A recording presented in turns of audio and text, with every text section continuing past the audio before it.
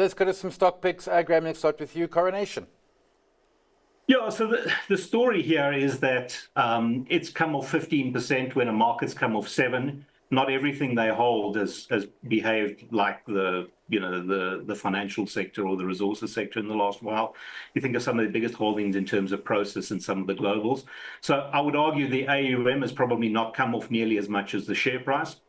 And if you believe that this too shall pass, maybe in the next 6 months or the next year we'll see equity markets recovering nicely, then this thing for me at $33 looks very, very cheap. I know other people, maybe Roy feels that the institutional guys are going to battle to sort of grow their AUM, but they don't really need to grow awfully much. It's just ridiculously cheap right now, and I don't think that the current level of markets are necessarily reflective of where we're likely to be a year from now. So it's a little bit of a gamble because markets have been volatile, but I think at $33, given the fact that all the earnings basically just flow straight through, I think you got a lot of compensation for the bet. Yeah, and it's almost back at levels before it got the court case in its favour. Roy, and how's the Bush, AB InBev?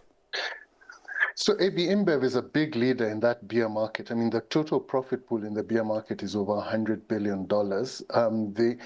They have more than 500 global and local brands as well, dominant positions in many territories, both developed markets and emerging markets. I think the big thing about this one is I think they're immune to tariffs because beer is local. Yeah. People identify with their local brand, and it's generally brewed within, I don't know, a 5-10 kilometer radius, give or take.